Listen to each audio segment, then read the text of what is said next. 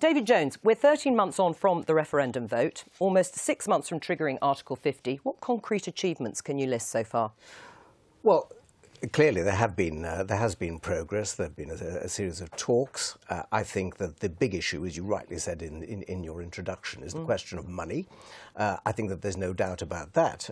And I think that, frankly, it's now up to the EU to say how they calculate their demands. We've seen a number of demands varying from 60 billion to 100 billion euro.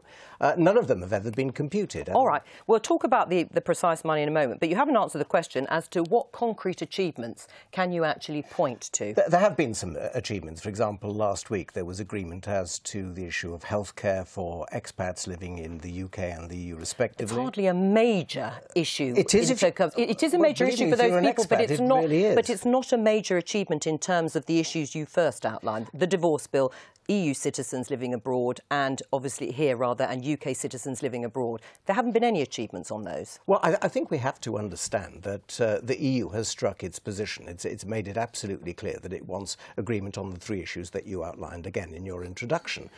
And for so long as they actually maintain that position, then there will be no progress, which is why David Davis quite rightly said the other day that we need to see some more flexibility and imagination on the part of the EU, because if, for example, they insist upon resolving the Irish question before resolving the issue of trading arrangements post-Brexit, then we will never get anywhere. Right, but, you know, you've published these papers which didn't really say anything in terms of what you want to achieve. It was very much about aspiration. I did read a number of them.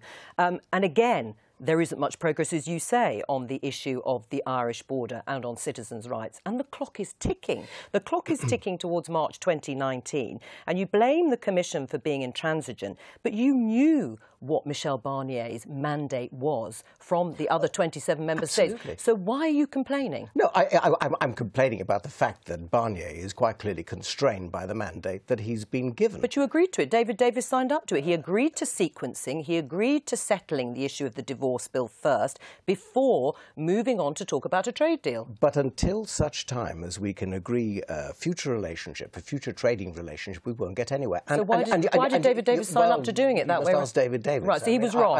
I've not been to the Brexit department for a while. But what I would say is this: until such time as the EU recognise that there's got to be agreement as to the future relationship, which is actually prescribed in Article 50 itself, then we will not make progress. And it's as much in their interest to get that progress as it is ours. Right. So you want the government to state that it wants to change how these negotiations are handled, that you're not going to settle the divorce bill. No. What I want is the EU to recognise that Article 50 prescribes that the future relationship is something that has to be considered now, and this is something that they're failing to do. Right. Well, what is wrong with the EU saying that you need to meet your obligations, the obligations you signed up to when the UK said it would honour its financial commitment in the 7-year multi-annual framework?